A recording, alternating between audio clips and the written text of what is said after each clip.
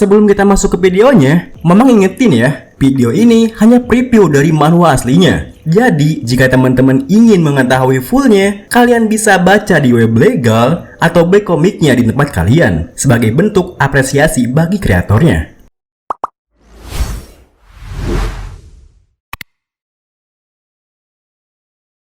Hao nih semuanya. Kali ini kita bakal lanjutin manhwa Negerinya Para Penyihir. Kita masuk di part 12. Di video sebelumnya, setelah membuat meriam pertama, Roland sedang mempersiapkan sebuah fasilitas untuk membangun kapal miliknya. Namun, berbanding terbalik dengan keadaan kota perbatasan yang tampak tenang dan santuy, asosiasi penyihir malah tersesat dan berujung bertemu monster semi-human yang begitu mengerikan. Di awal video ini, tepat setelah iblis semi-human itu melewati jebakan rawat di depan dan berada di tengah-tengah para penyihir di dekatnya yang ketakutan pun tak bisa menggerakkan badannya dan hanya bisa pasrah di saat salah satu dari iblis tersebut menyerangnya. Tentu saja, melihat kematian saudarinya tepat di depan matanya kembali membuat para penyihir itu semakin ketakutan. Tetapi, ketegangan tersebut tak berhenti sampai di sana. Kedua iblis semi-human itu langsung mencari target lainnya. Dan kali ini, salah satu iblisnya menatap penyihir rawa yang terdiam karena shock yang dirasakannya. Namun, sebelum iblis itu mendekat, tiba-tiba saja ada sebuah serangan sihir fireball yang dilontarkan oleh salah satu penyihir lainnya. Di saat perhatian iblisnya terganggu oleh serangan tersebut, penyihir api pun langsung menarik saudarinya, penyihir rawa, untuk segera pergi dari sana. Di sisi lain, tak seberuntung penyihir rawa, saudari penyihir lainnya yang tak mempunyai sihir serangan hanya bisa menodongkan crossbow pada iblis semi-human yang mendekat padanya. Sayangnya, karena ketakutan yang ia rasakan, penyihir itu tak bisa menembakkan crossbow-nya dan malah berakhir terpelanting ke belakang karena ditendang oleh iblis di depannya. Leap yang melihat hal itu pun tak hanya tinggal diam, ia langsung menggunakan sihirnya mengekang iblis semi-humannya dengan tanaman menjalarnya. Lalu, cara pun ikut menyerangnya dengan mengeluarkan ular magicnya untuk menggigit dan melilit iblisnya. Dirasa kombonya telah berhasil, sembari mempertahankan sihirnya, Lea pun berteriak, "Lari Ipin, lari!" Ipin, "Lari saudara, lari!" Namun, tanpa Lea sadari, iblis semi-human lainnya ternyata sedang menargetkannya dan bersiap untuk melemparkan tombaknya. Untungnya, saudari penyihirnya, si penyihir rawa, telah lebih dulu menyadari hal tersebut. Sembari berteriak memperingatkan Lea, ia mengeluarkan sihirnya, mengubah tanah yang dipijak iblis semi-human tersebut menjadi sebuah rawa seketika. Sehingga saat iblisnya melemparkan tombaknya, akurasinya sedikit meleset dan bergeser sedikit saja dari targetnya, yaitu Lea. Namun, karena Lea terkejut akan hal tersebut, ia pun tak sengaja menghentikan sihirnya yang membuat iblis semi-human yang dikekangnya bisa sedikit bebas dan bisa mengeluarkan sebuah serangan listrik pada tiga penyihir di dekatnya. Serangan itu pun langsung membuat ketiga penyihir itu terjatuh seketika, juga membuat Cher dan Leaf semakin putus asa dengan kondisinya. Kemudian, karena tubuhnya telah terbebas dari sihir Leaf, iblis semi-human itu pun langsung berjalan mendekat pada cara yang terduduk lemas. Setelah tepat berada di depannya, iblis tersebut langsung mencengkram tubuh Syara dengan tangan kirinya. Tentu saja, Leap yang panik pun tak tinggal diam.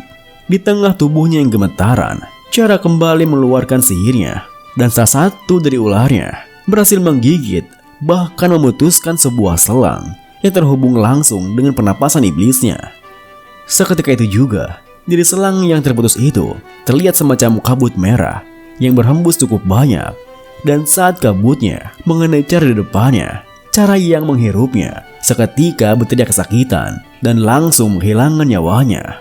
Hal itu juga ternyata sangat berdampak besar bagi iblis semi-human itu yang langsung mencoba menyambungkan kembali selangnya. Sayangnya, karena sudah terlalu banyak menghirup udara yang bukan dari kabutnya, iblis semi-human itu tampak mulai kehilangan kehidupannya yang ditandai dengan tubuhnya yang terjatuh ambruk dan tak bergerak lagi. Tentu saja, Leap yang melihat kejadian itu dari awal, meskipun dirinya tak bisa menahan tangisnya Di saat ia melihat mentornya, Chara, yang meregang nyawa di depannya, iblis yang terjatuh itu lebih menarik perhatiannya. Leah pun bisa menyimpulkan bahwa selang tersebut adalah kelemahan dari iblis semi-humannya.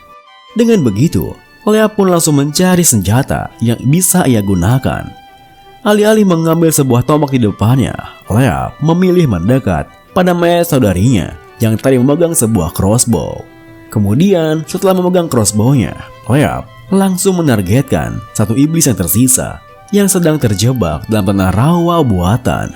Lalu Leah pun menembakkan crossbow-nya sembari berteriak, "Untuk saudariku yang telah gugur!" Anak panahnya pun melesat dan berhasil mengenai selangnya. Kabut merah pun kembali berhembus mengiringi kematian iblis tersebut. Meskipun begitu, keadaan di sana yang begitu kacau pasca pertarungan yang mengambil banyak nyawa para pesaudarinya membuat Leah terduduk lemas. Dan ia pun melepaskan tangisnya, meluapkan kesedihannya yang begitu mendalam. Sementara itu, di kota perbatasan, di salah satu ruangan rumah sakit, terlihat Roland, Anna, Pak Tiggoy, Lightning, Wendy, dan Lake Angel yang sedang menemani Nana yang akan menghadapi kebangkitan pertamanya. Di tengah suasana yang begitu tegang, Nana yang terbaring di kasur dengan polosnya bertanya, apakah aku akan mati?" Mendengar pertanyaannya, dengan serentak, Roland, Pak Tiggoy, dan Anna langsung menyangkalnya. Tidak akan. Tentu saja tidak, Nana." Kemudian, Roland pun mencoba untuk menenangkan Nana yang tampak sangat khawatir.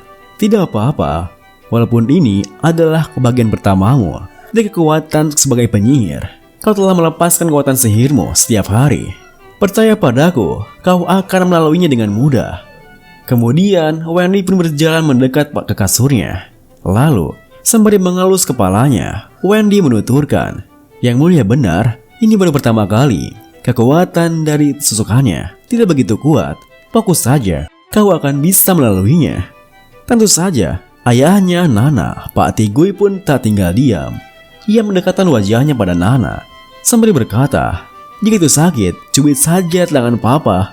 Kau sudah menjadi yang sangat hebat di rumah sakit. Papa bangga padamu." Lightning pun tak ketinggalan. Dengan penuh semangat, ia menimpali, "Benar, petualangan. Aku akan menceritakan petualangan ayahku, Thunder, sebagai petualang." Namun, di saat yang bersamaan, Roland juga menuturkan, "Sulap, biarkan aku melakukan pertunjukan sulap koin." Tentu saja, hal itu langsung menjadi perdebatan di antara mereka berdua. "Yang mulia, bagaimana sulap lebih hebat dari petualangan? Kau berhasil memecahkan batu hanya dengan titikmu kah?"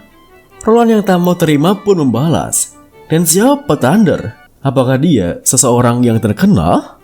Sebelum perdebatan mereka semakin menjadi-jadi, Pak Tiggoy pun langsung melerai mereka berdua.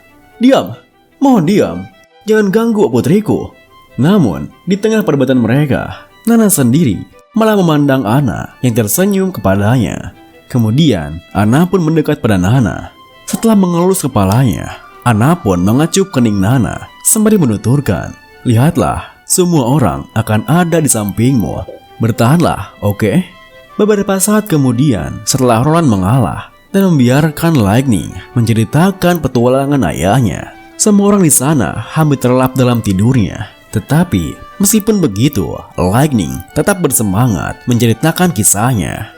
Di tengah rasa kantuk yang terus menyerangnya, Roland pun mencoba mengusir kantuknya dengan mengobrol bersama Night Angel yang berdiri di sampingnya.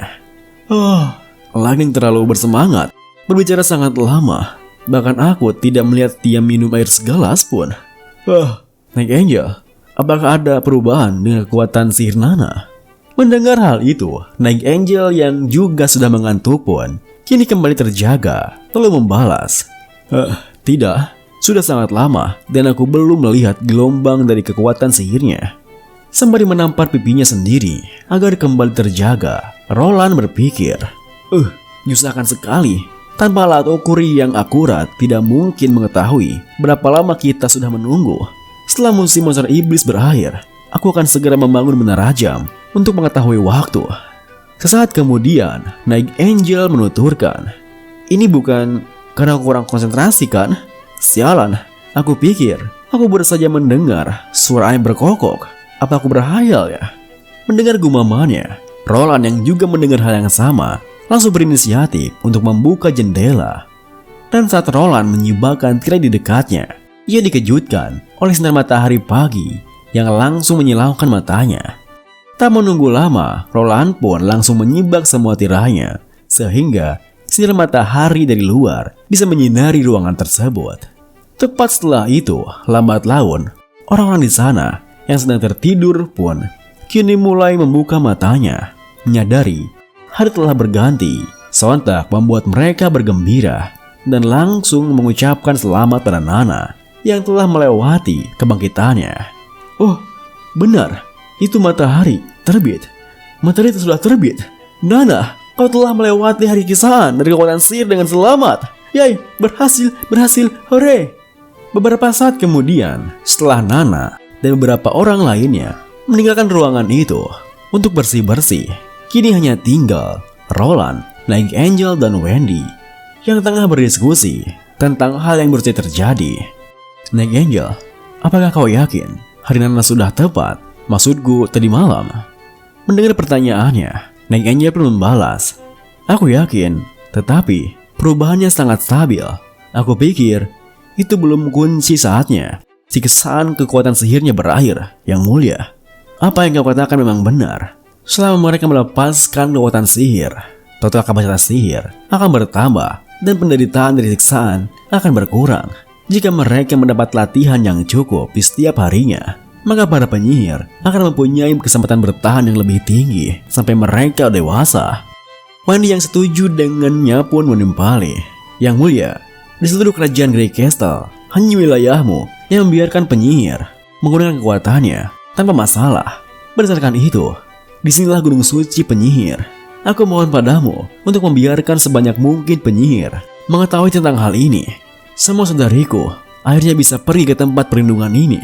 Aku pikir mereka pasti mau bekerja untukmu. Tentu saja niat Wendy langsung disambut baik oleh Roland.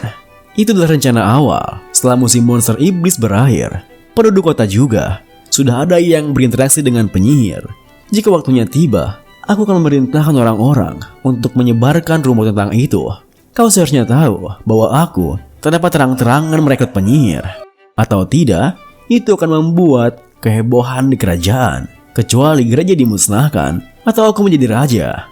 Mendengar perkataan Roland, seperti Night Angel sebelumnya, Wendy yang merasa tersentuh dan percaya pada Roland pun langsung berlutut di depannya sembari menuturkan, kalau begitu, aku akan membantumu menjadi seorang raja. Selama kau baik kepada para penyihir, hidupku adalah milikmu. Tentu saja, awalnya Roland terkejut dengan tingkahnya. Namun dengan cepat, Roland tenang kembali. Dan dengan tegas, ia menerima sumpahnya. Baiklah, aku terima kesetiaanmu. Waktu pun berlalu. Kita beralih ke pinggiran sungai Redwater. Nampaknya pengerjaan kapal pertama Roland akan segera terselesaikan. Tak jauh dari kapal itu, para prajurit yang bertugas mengoperasikan meriam yang baru pertama kali melihatnya kehadiran kapal tersebut di sana langsung tertarik untuk memperhatikannya. Hai Brody, lihat, apa itu? Rekan di sampingnya, sebut saja si Job, dengan pedenya menjelaskan, itu pasti hanya jembatan apung dan beberapa zang papan untuk menyeimbangkannya. Aku banyak melihatnya setelah berkeliling dunia. Selama banjir, penduduk mengganti jembatan gantung mereka dengan jembatan apung. Gunakan beberapa papan, paku ke perahu, sejajarkan, sarah lurus, dan sambungkan dengan rantai besi. Dan itu akan stabil. Bagaimanapun kau berencana untuk memindahkannya. Namun, perkataan si Job langsung disangkal oleh rekannya yang bernama Rodney. Job, paling jauh kau pergi ke benteng Longsong Stronghold dan kau mengatakan kau telah mengelilingi dunia. Bacot. Rekan di sampingnya yang bernama Nelson pun menambahi, benar Rod, dan bagaimana bisa jembatan apung memerlukan dua layar? Tidakkah akan terbang jika seperti itu? Juga lihatlah ke belakang. Bukankah itu sebuah kemudi kapal? Jembatan apung tidak memerlukan hal itu. Rodney pun kembali menimpali. Dibentuk dari kayu depannya. Bagaimanapun kau melihatnya, itu adalah kapal yang belum selesai. Itu kapal tak diragukan lagi. Tentu saja, perkataan mereka berdua yang memojokkan Job langsung membuat Job merasa kesal. Rodney, Nelson, kalian berkomplot melawanku ya? Namun, sebelum perdebatan mereka semakin melebar, rekannya yang lain, sebut saja si Belo, langsung melerai mereka. Sudah, berhenti ngebacot. Kita masih harus latihan meriam.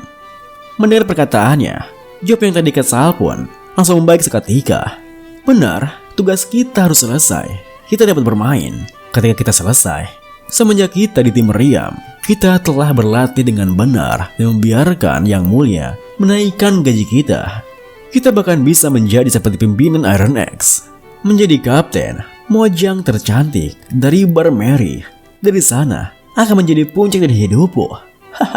Jika kau buruk, maka kau akan dikembalikan ke tim tombak. Itu bukan masalah. Masalah besarnya adalah gajimu akan berkurang. Mendengar ocehannya, Rodney pun membalas, jangan khawatir, kau menyukai membersihkan lubang meriam kan? Dengan keseriusanmu, bagaimana kau takut akan dikeluarkan? Nelson pun menimpali, benar, lihat lubang meriam itu lebih bersih dari wajahmu. Tentu saja, canda Nelson langsung mencarikan suasana tegang di sana. Namun, suasananya kembali canggung di saat belum menuturkan. Hanya saja, kita telah berlatihan begitu lama dan kita belum menembakkan satupun peluru. Kapan Yang Mulia akan membiarkan kita bertempur? Penduduk yang bergabung di tim penembak sudah berlatih beberapa hari dan sudah memulai simulasi strategi pertempuran. Mendengar perkataan si Belo yang cukup masuk akal membuat Vanner yang dari tadi diam saja, tak ikut nimbrung sama sekali, langsung berpikir dengan otaknya. Benar juga, apakah Yang Mulia membuat tim meriam untuk menghadapi monster iblis? Dengan berat meriam, bagaimana mungkin memindahkan yang atas dinding? 2 buah roda saja sudah lebih besar daripada lebar dinding atas. Dan kita juga perlu untuk membidik sasaran. Tidak efisien jika kita melihat dalam hal itu. Kapalnya? Mungkinkah benda ini tak digunakan untuk monster iblis, tapi digunakan untuk melawan musuh yang lebih kuat? Beberapa saat kemudian, tim meriam pun sudah sampai di tempat latihannya di bagian barat perbatasan tepi sungai Redwater. Dengan diawasi langsung oleh Roland dan juga Banges Carter, Iron X pun selaku komandan utama langsung memberikan instruksinya. Tembakan ke arah 5 derajat. Mendengar perintahnya, tim meriam pun langsung melaksanakan tugasnya. Saat mereka semua sedang sibuk dengan tugasnya masing-masing, Banges Carter pun berkomentar, Yang Mulia, tim ini terlihat bekerja keras. Mendengar perkataannya, Roland pun menjelaskan, jangan meremehkan pertarungan sengit antara anggota tim meriam untuk menghasilkan lebih banyak 5 perak royals dari tim lain. Semuanya berhasrat untuk selamat di sini. Ketika anggota tim meriam sudah layak, kita dapat memulai Littleton. Tentu saja, mendengar nama yang asing baginya, sontak membuat Banges Carter bertanya, Littleton? Kapal beton itu? Roland kembali menjelaskan, benar, itu nama yang kuberikan. Para pekerja berhasil menyelesaikan konstruksinya selama beberapa hari ketika salju berkurang. Tidak hanya berhasil menggunakan anti karat, tetapi mereka juga berhasil membangun ruang penyimpanan bola meriam. Dan di atasnya dibuatkan tempat untuk Wendy agar bisa memanipulasi angin. Mendengar semua penjelasannya, Banges Carter pun terdiam sesaat. Ia mengingat kekuatan Wendy sambil berpikir, jadi Yang Mulia ingin menggunakan kekuatan Nona Wendy untuk menggerakkan kapal. Jadi itu mengapa aku selalu melihat Nona Wendy yang sedang berlatih memanipulasi angin di taman. Di saat Banges Carter sedang memikirkan hal tersebut, tiba-tiba saja Roland menuturkan, Carter, kau kaptennya. Tentu saja, perkataan Roland membuat Banges Carter tersentak kaget. Saya? Tapi saya belum pernah berlayar sebelumnya. Sembari tersenyum menatap meriam yang meledak, Roland melanjutkan, dengan pertimbangan menggunakan penyihir untuk menggerakkan kapal, semua anggota harus bisa lebih percaya ketika Littleton berlayar. Ini akan menjadi langkah awal kita. Dar! Waktu pun berlalu, kini telah tiba hari di mana Littleton yang sudah selesai pengerjaannya diuji coba berlayar untuk pertama kalinya. Dengan semangat yang begitu membara, Lightning yang ditugaskan sebagai navigator Nettleton memecahkan botol kaca, lalu mengarahkannya ke depan sembari berteriak, "Angkat jangkar, mari berlayar." Melihat tingkahnya yang seperti itu, Bangkes Carter yang bertugas menjadi kapten di sana merasa heran karena seharusnya dialah yang mengatakan itu. Namun, berbanding terbalik dengan Bangkes Carter, Pak Tigui di sampingnya yang bertugas sebagai kru komunikasi malah terkesan dengan tingkah Lightning. Kemudian, melihat Bangkes Carter yang nampak canggung, Lightning pun terbang mendekat padanya, menepuk pundaknya sambil menuturkan, "Dengan pengalaman profesional bertahun-tahun di lautan, tentu saja aku adalah navigator semua orang." Dan Yang Mulia mengatakan, "Aku dapat melihat tingkah aneh semua orang. Kapal ini dibuat dengan beton. Bagaimana aku tahan untuk tidak melihatnya? Dan juga, ini pertama kalinya aku melihat kapal jenis ini berlayar. Ini mempunyai layar sapi dan layar domba. Wow, dan produk spesial. Kota perbatasan, layar serigala dan layar beruang. Sangar sekali." Di saat Lightning sedang terkagum-kagum, terbang ke sana kemari melihat-lihat kapalnya, Bangkes Carter yang sedang melihat kru kapalnya sedang bekerja pun bergumam, "Bagus sekali. Cuaca hari ini cocok. Angin sepoi-sepoi, sedikit salju. Aku tidak menyangka Yang Mulia bisa memilih hari ini untuk uji cobanya." Saat kemudian, setelah tali yang mengikat kapalnya dilepas, Littleton pun mulai menjauh dari daratan. Setelah menghitung arahnya, Lightning terbang mendekat ke kemudi kapal sembari menuturkan, "Tuan Brian, putaran penuh ke kanan." Melihat tingkahnya, Bangkes Carter pun ikut menuturkan, Benar, putaran penuh ke kanan." Tentu saja, perkataan Bangkes Carter membuat Lightning merasa heran. Mengapa kau mengulangi apa yang aku katakan?" Bangkes Carter pun beralasan, Aku tidak mengulanginya. Ini adalah perintah kapten." Namun, sebelum perdebatannya semakin panjang, Brian sendiri yang ditugaskan sebagai jurumudi malah tampak sangat kebingungan. Tunggu. Apa maksudnya? Putaran penuh ke kanan? Berapa kali aku harus memutarnya?" Melihat Brian yang begitu kaku mengemudikan kapalnya, Lightning pun mau tak mau harus turun tangan sendiri. "Bukan begitu. Putar ke kiri semuanya." Sini, biar aku lakukan saja." Tepat setelah mengatakan itu, Brian pun mundur dari kemudinya dan membiarkan Lightning yang mengemudikannya. Namun, tanpa ada satu aba-aba, Lightning langsung memutar kemudinya yang sontak membuat Bangkes Carter dan Brian terkejut seketika. "Tunggu, Tuan Lightning, hati-hati." Tanpa memedulikan mereka berdua, Lightning melihat samping kapalnya sambil berpikir, bahkan Yang Mulia membuat pagar di sini. Dia benar-benar sangat memperhatikan detail kecil dari benda ini.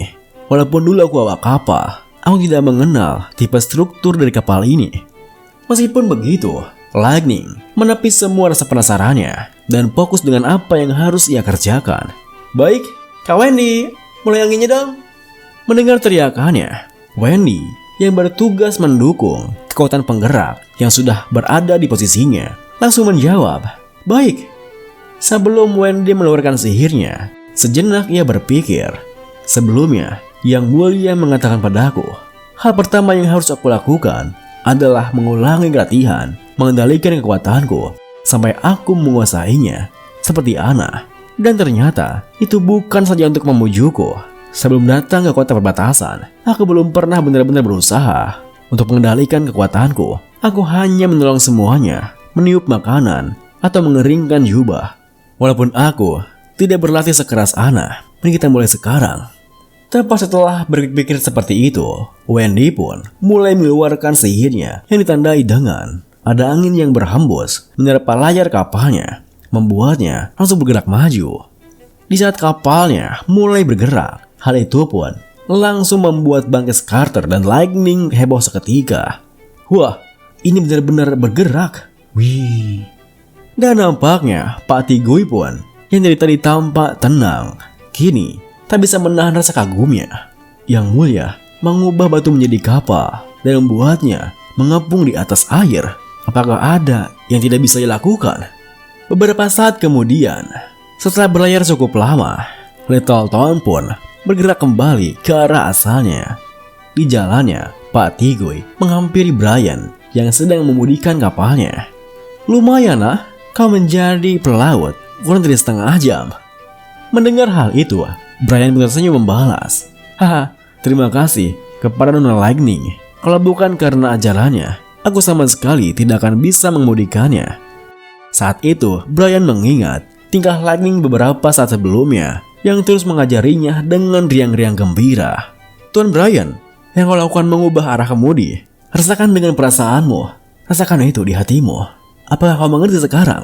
Hubungan antara sudut kau menggerakkan kemudi dan sudut perubahan arah kapal bergerak. Aku tidak dapat menjelaskannya, tetapi latihan saja lagi. Samakan perasaannya. Setelah itu, mereka berdua pun mengobrolkan hal lainnya.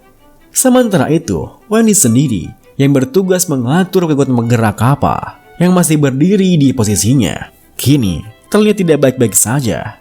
Di tengah tubuhnya yang bergetar, Wendy berpikir, apa yang terjadi? Mengapa aku tak dapat menggunakan kekuatanku? Apakah aku kehabisan kekuatan sihir? Mungkin ini karena aku tak cukup latihan dulu. Paling tidak, aku harus bertahan sampai kapal tiba di tepian. Namun, tepat setelah berpikir seperti itu, Wendy malah kehilangan kesadarannya. Untungnya, sebelum Wendy terjatuh dari ketinggian itu, Lightning yang datang untuk menanyakan kondisinya bisa menangkap Wendy yang diikuti teriakannya. Kak Wendy, apa yang terjadi?